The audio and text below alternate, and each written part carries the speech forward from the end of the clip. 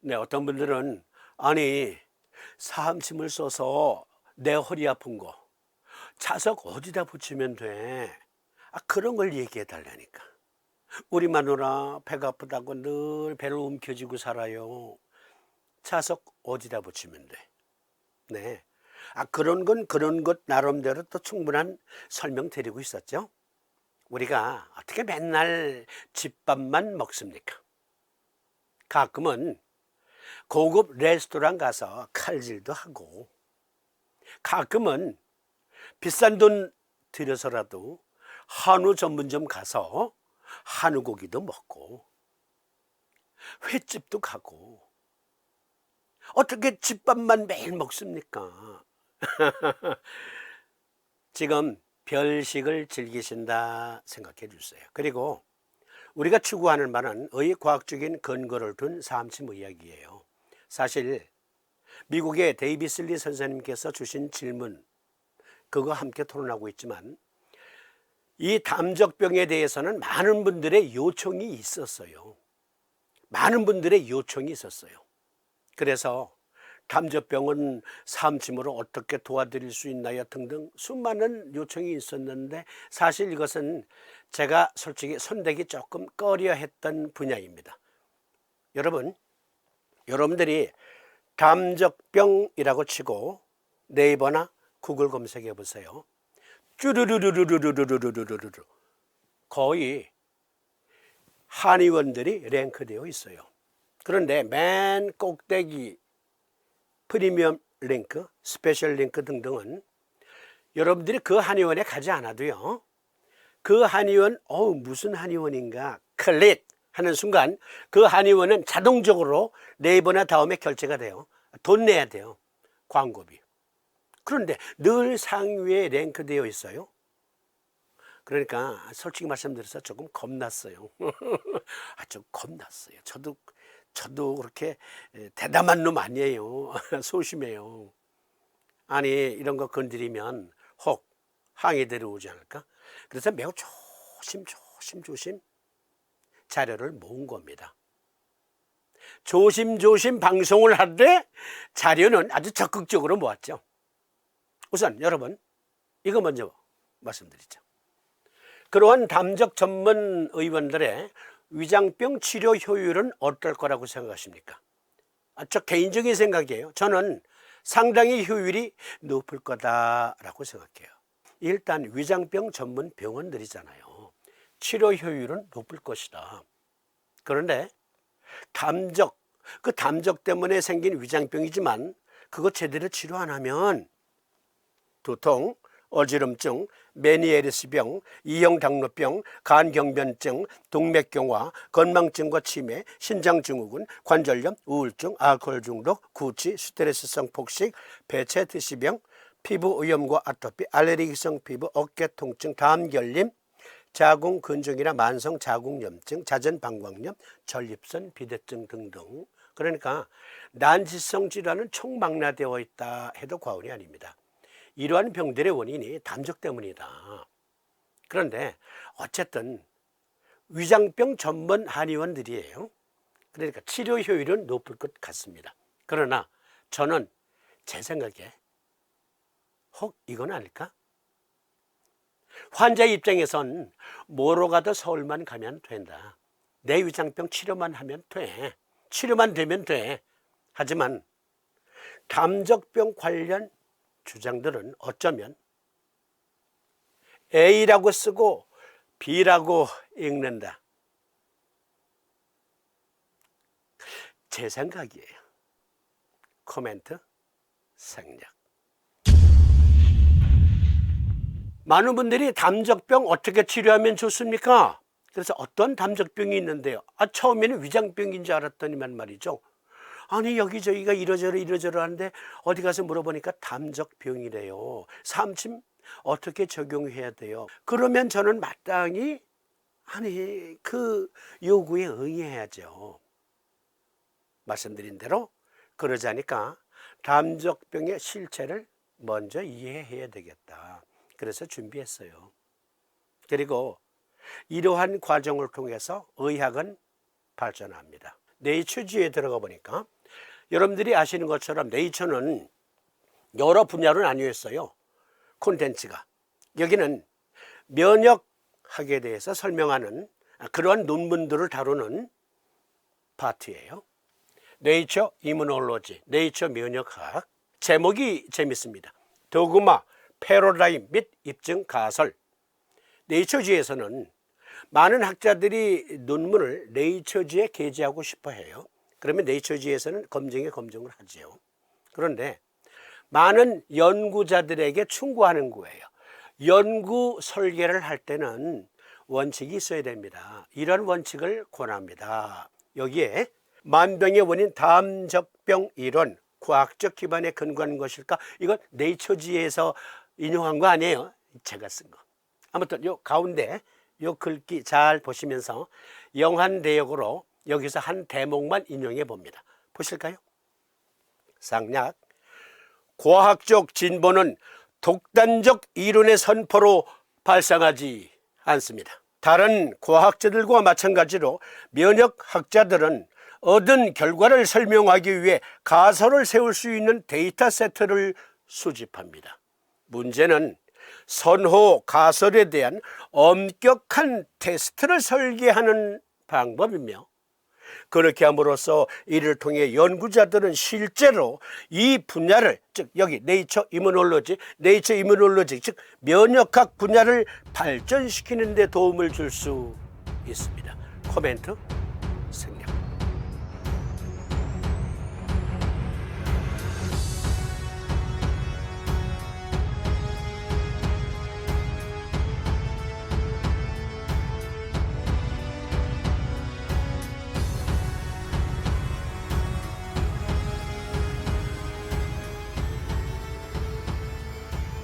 담적병이라는 그 병의 실체를 이해하기 위해서 키워드별로 우리 토론하기로 했죠. 첫 번째 키워드, 노폐물로서의 미즙, 그것이 밥통에 항상 남아서 독소를 발할 수 있다. 그리고 그것은 마치 위벽에 깍지가 낀 형태의 무늬, 게이트가 있어서 들고 나고 하면서 독소를 전신에 파급시킨다. 그래서 심각한 병증에 노출될 수 있다. 단순한 위장병으로부터 출발했지만 만성적인 난치병에 노출될 수 있다. 그러면 그 키워드, 미즙이란 무엇입니까? 또 미즙은 장에서 투과되는 건 이해가 돼요. 그건 초등학교 2, 3학년 학생들도 아니까. 그러면 밥통, 스토먹, 그 밥통에서 미즙이 게이트라는 곳으로 통과하고 독소가 들고 나고 한다. 과연 과학적 근거 있을까요? 살펴봅시다. 먼저 미즙이란 무엇입니까? 밥통이에요. 여기는 12지장입니다. 미즙은 그렇습니다. 여러분들이 어떠한 음식이든 식사를 해요. 아시는 것처럼 이건 초등학교 2, 3학년 아이들도 하는 거. 위는 단지 맷돌질을 해요.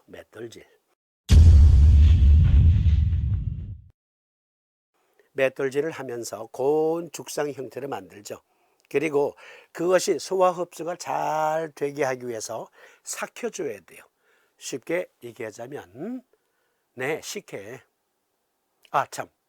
우리 동네는, 여기 고성군에는 식혜하게 되면은 여러분들이 흔히 감주라고 표현하는 그 식혜를 말하지 않습니다. 여기는 가자미로 젓갈 비슷하게 담근 것, 그것을 식혜라고 합니다. 재료가 명태예요. 그러면 명태 식혜. 가자미 식혜. 여러분들이 아시는 감주 말고. 그런데 감주, 그러니까 여러분들이 아시는 그 식혜, 그 식혜를 만들기 위해서는 엿기름을 넣고 등등등 해서 삭혀줘야 되잖아요. 그러니까 그 삭히는 작용은 사실은 위에서 일어나질 않아요. 위에서는 어떠한 케미컬 작용으로 삭히냐면 염산으로 삭히죠. 그러니까 밥통에서는 우리가 먹은 음식을 곱게 맷돌질을 해서 그걸 염산으로 삭힙니다. 그런데요, 밥통 내에 존재하는 그 미즙은 영양분을 거기서 추출해낼 수는 없어요.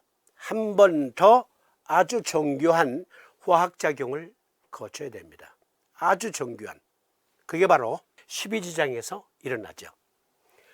위장에서 12지장으로 통하는 유문이 있어요. 그런데 그 유문은 마치 차임벨과 같은 센서가 있습니다. 그 센서가 띠링 하고 울리면 50cc, 그러니까 밥통 내에 있는 미즙을 한 50cc 정도를 여기 12지장에 보내요. 그러면 쓸개에서는, 즉 담낭에서는 쓸개 주스를 이곳으로 보내죠.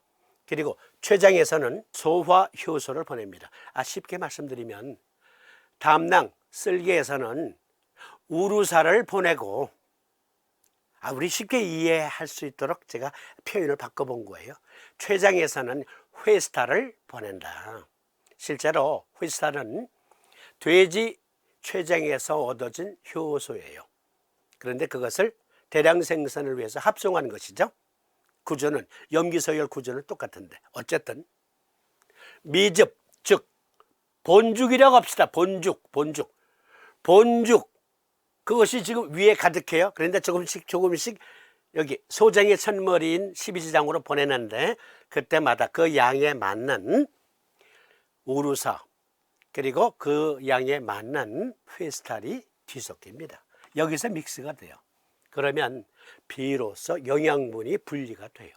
우리 몸의 에너지원으로 흡수되기 위해서는 회스탈과 우루사의 도움이 없이는 절대로 영양분 흡수가 일어나질 않아요. 그러니까 위장, 밥통에서는 영양 흡수 작용이 없습니다. 밥통 자체는 소화 흡수 기능이 없어요. 그러니까 목구멍에서, 입, 음식을 먹을 때, 입으로 잘근 씹을 때 타액과 섞이죠. 거기서부터 화학작용이에요. 그리고 위장에서 맷돌질을 하는 것은 기계적 작용, 위장 내에서 염산으로 또 삭혀주는 것, 그것도 화학작용. 그런데 그 미즙 속의 영양분의 생체 이용을 위해서는 반드시 우루사와 회스탈의 도움이 없이는 불가능하다. 그것이 12지장에서 이루어집니다. 이게 대략이에요. 소화 시스템의 영양 흡수의 대략. 그러니까 이것은 솔직히 초등학교 한 2, 3학년 학생들에게 물어봐도 할아버지, 밥통에서는요 영양분 분리가 안 돼요. 야, 이 녀석아, 위에 소화작용 우리는 그렇게 알고 있었는데, 참 할아버지, 회스탈하고요 우루사의 도움이 없이는 소화가 안 돼요. 그 회스탈과 우루사의 작용이 있어야 영양분이 분리돼요, 할아버지. 알았다 이놈아. 이게 할아버지한테 짜증내네. 담적병 이론은 첫 단추부터 잘못 꿰어진 겁니다. 한 사이트에 들어가서 빌려왔습니다. 미즙은 부분적으로 소화되지 않은 음식, 체액, 위산, 위액, 췌장 효소 및 담즙과 같은 소화 효소의 과육 및 반유체 구성을 설명하는 데 사용되는 의학 용어입니다. 미즙은 처음에는 기계적 및 화학적 과정을 통해 위에서 생성되고 흡수를 위해 소장으로 전달됩니다. 미즙은 장 건강 및 소화 시스템의 중요한 구성 요소입니다.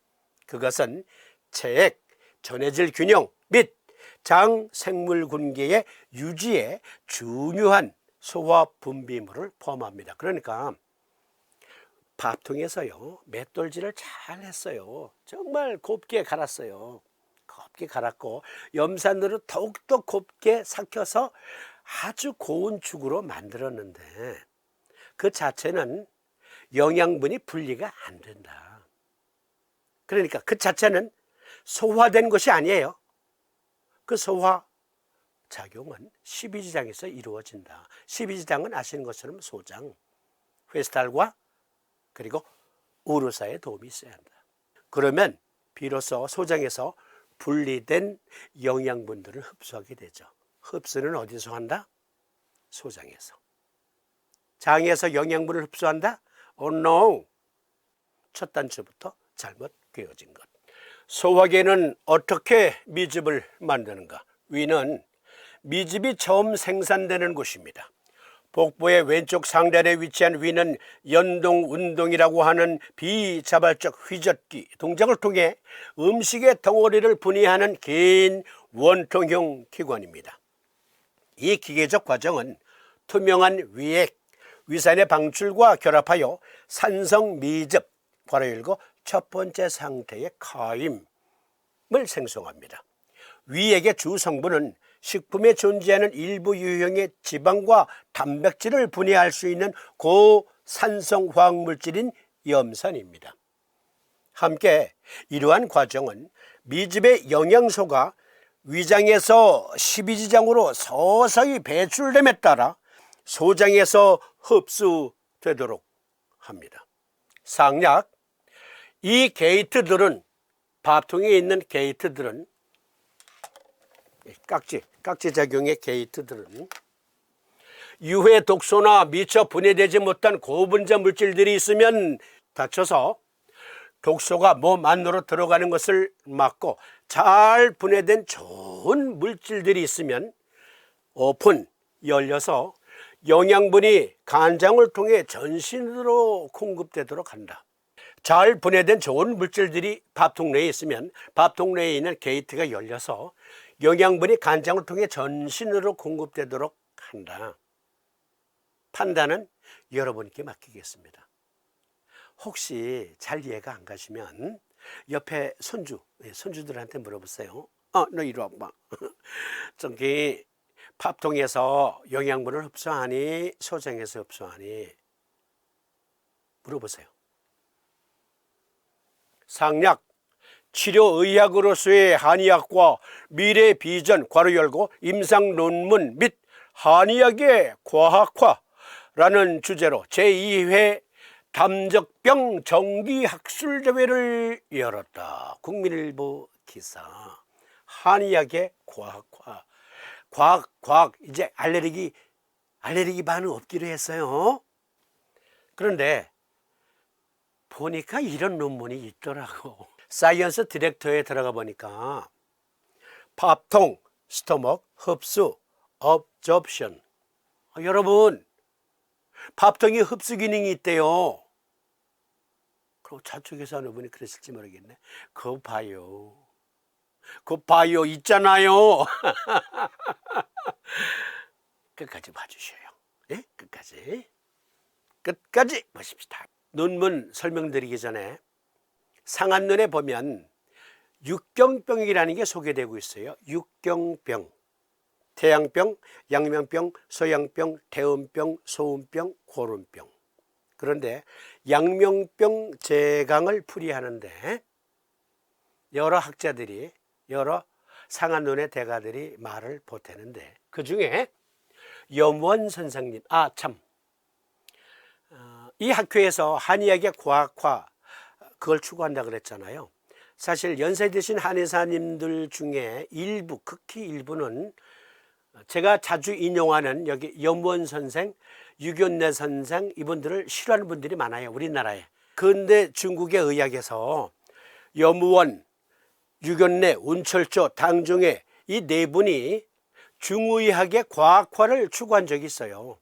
그러니까 가전으로 내려오는 비법 그것에만 안주하는 중의계를 신랄하게 비판하고 우리가 하는 행위는 과학이다.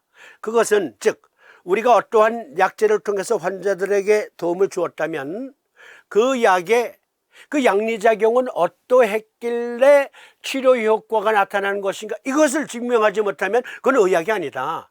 그래서 중의학의 과학화 운동을 이 네 분이 주도했어요. 당종회, 운철초, 그리고 유견래와 염우원. 이 중에 막내가 염우원 선생이에요. 이분은 특히 원래 서의사예요. 출신이. 서의사인데 중의학자로 전향을 했어요. 네, 일단 거기까지만 말씀드리고 이해를 돕기 위해서 양명병이라고 하는 것은 위가시를 말한다. 즉 밥통 패밀리가, 밥통 가족이 너무 힘이 넘쳐서 생겼다. 뻗쳐서 생겼다 이 얘기예요. 소장의 소화는 직접 담즙과 최액을 의지하고 있으며 담즙은 간장에서 제조되어 담낭에 저장하는 것이고 최액은 즉 회스탈은 자체에서 분비하는 것과 비장의 토관으로 진액을 수입하여 공동으로 재성하는 것이 있다. 담과 최관이 십이지장을 통하여 소장으로 들어가며 위장은 소화는 자체에서 분비하는 외에 직접으로는 담과 최에서 취하는 것이 있고 간접적으로는 간과 비 두 장에서 취하는 것도 있어서 생리상으로 보면 이와 같다 하면서 설명해 주시는데, 여기 보면 위장이라는 말이 나와요. 위장의 소화는 자체에서 분비하는 것 외에, 그러니까 위산, 염산 그걸 말하는 거예요. 그런데 직접적으로 담과 최에서 취한다. 아니, 염원 선생도 서의사 출신인데 염원 선생도 아니 위장에서 쓸개 주스, 즉 우르사와 최즙, 회스탈을 끌어들여서 소화를 하네 이렇게 생각하실 수 있죠. 이전 슬라이드에서 밥통에서 흡수작용이 있다고 한 그 주제 생각하시면서 경문의 위가라고 한 것은 소화기 계통의 전체를 가리킨 말이다. 소화기는 한 장형의 관으로서 위만 팽대하여 주머니와 같으므로 특히 위를 들어서 그 외의 것을 개괄한 것이다. 위가 실의 실자는 대략 두 가지의 뜻이 있다. 식물이, 우리가 먹은 음식이 적체해서 실한 것도 실이고 표열이 전이해서 들어가 실한 것도 실이다. 즉 코로나 바이러스에 걸리면 어떤 환자들은 설사를 해요. 설사를 하는데 힘없이 하는 설사가 아니에요. 힘없이 하는 설사가 아니라 똥꼬가 불붙는 듯 타는 듯, 즉 설사하고 돌아섰는데 또 설사할 것 같아. 마치 변비처럼 딱딱하고 변을 팠는데 똥꼬가 화끈거리고, 그걸 가리켜 이제 2급 후증이라 그러는데 한의학 용어로 뒤가 그냥 타는 것 같아. 그런 설사를 해요. 그건 코로나 바이러스가요, 위가 밥통 패밀리로 전이한 거예요. 지금 양명병은 그거거든요. 처음에는 폐에만 증상이 나타나죠. 독감이나 감기나 또는 코비드19 바이러스. 그런데 그것이 시간이 경과함에 따라서 양명 리버, 즉 목구멍에서 똥구멍까지의 그 밥통 패밀리, 그 집으로 들어가요. 그게 양명병이거든요. 그건 표열이 전이해서 실한 것도 실이다. 그런데 식물이 적체해서 실한 것, 이것은 밥통에서 그 자체에서 일어나는 문제가 아니라 위가 밥통 패밀리에서 일어나는 일이다. 그런데 왜 하필이면 밥통 패밀리에 밥통 위자를 썼느냐 헷갈리게. 그것은 목구멍에서 똥구멍까지의 그 밥통 패밀리의 집 중에서 제일 그럴듯한 형태를 갖추고 있어서 목구멍에서 똥구멍까지 이르는 그 소화 시스템 기관을 밥통 패밀리에서 밥통자를 붙였다. 목구멍에서 똥구멍까지 그 관 자체를 설명할 때 쓰는 용어는 가스트로인테스티널 시스템이라고 합니다. 그런데 그 시스템 하게 되면 여기 본문에서 똥꼬에 이르기까지를 그 시스템이라고 또 협의적으로 표현하기도 해요. 소화 시스템 더욱더 세분해 보면 소화 시스템 중에서 소화 흡수력은 12지장에서 일어나죠. 그런데 염원 선생님 말씀은 위장관 시스템 그 자체를 밥통 패밀리라고 한다. 위가라고 한다. 왜 하필이면 위냐? 영양 흡수는 소장에서 주로 이루어지는데 그건 보시는 바와 같이 밥통이 제일 그럴듯하게 생겼기 때문에 얘를 들여서 밥통 패밀리 이렇게 말한다. 다시 논문. 이 논문은 무엇을 설명하기 위해서 밥통의 흡수작용이라고 표현했냐면 나노입자 약동학 및 독성 동력학, 즉 약의 작용을 설명하기 위한 논문이에요. 우리가 페스타를 먹었어요. 우르사를 먹었어요. 타이레놀을 먹었어요. 타이레놀 요새 코비드19 때문에 많이 드시죠. 아스피린을 먹었어요. 브루펜을 드셨어요. 그러면 그 약을 복용했을 때, 어떤 약이든지 복용했을 때 밥통 그 자체에서 약효가 발휘됩니까? 물론 어떤 약들은 밥통 자체에서부터 약효가 발휘되기도 해요. 일부 약들은. 어떠한 약들은요, 특히 타이레놀 서방정이라고 하는 약, 타이레놀 서방정, 그것은요 껍데기가 장용피로 되어 있어요. 그래서 소장에서부터 녹기 시작해요. 녹는데 그것이 1시간 지나면 10분의 1이 녹고, 2시간째 10분의 2가, 3시간째 10분의 3, 4시간째 10분의 4, 이런 식으로 조금씩 그 장용피 껍데기가 녹으면서 안에 내용물이 그만큼 녹은 만큼 흘러나와요. 그러니까 24시간 발휘하게 되어 있는 약이다. 그러면 24시간에 걸쳐서 서서히 시간차를 두고 녹는 거예요. 위산은 강산이에요. 강산. 그래서 약을 복용할 때 어떻게 하면 약이 효과적으로 약효를 발휘할 수 있도록 할 것인가 하는 그 연구 논문이에요.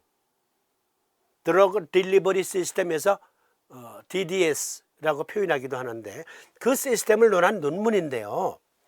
밥통에서 약이 흡수될 때 어떻게 하면 약효를 덜 손상시키게 하고, 또 필연적으로 부작용을 발생할 수 있는 독소, 그거를 어떻게 해독시킬 것인가 등등의 논문인데요.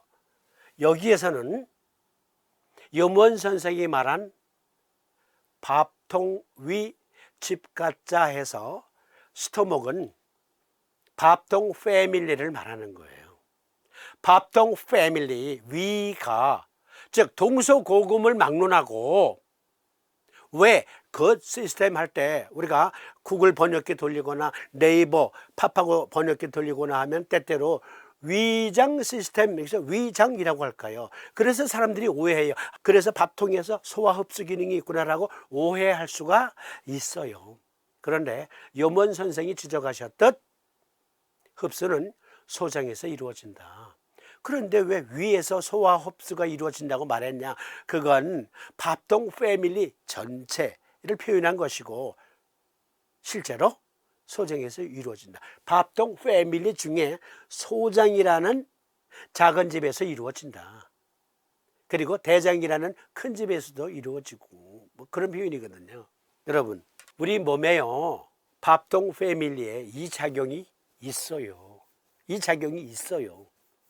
분명히 존재해요. 게이트가 열렸다 닫혔다 열렸다 닫혔다 하는 곳이 있어요. 이게 그거거든요. 인플럭스, 흡수, 그리고 이플럭스, 유출. 이 작용이 진짜 그대로 이 작용으로 이루어져요. 여러분, 이 작용으로. 깍지 낀 거 열렸다 닫혔다 열렸다 닫혔다. 그런데 해부학적 구조상 이 게이트가 분명히 존재하긴 하는데, 밥통이 아니라 밥통 패밀리 중에 작은 집, 소장에서 존재합니다. 물론 대장에도 있지만.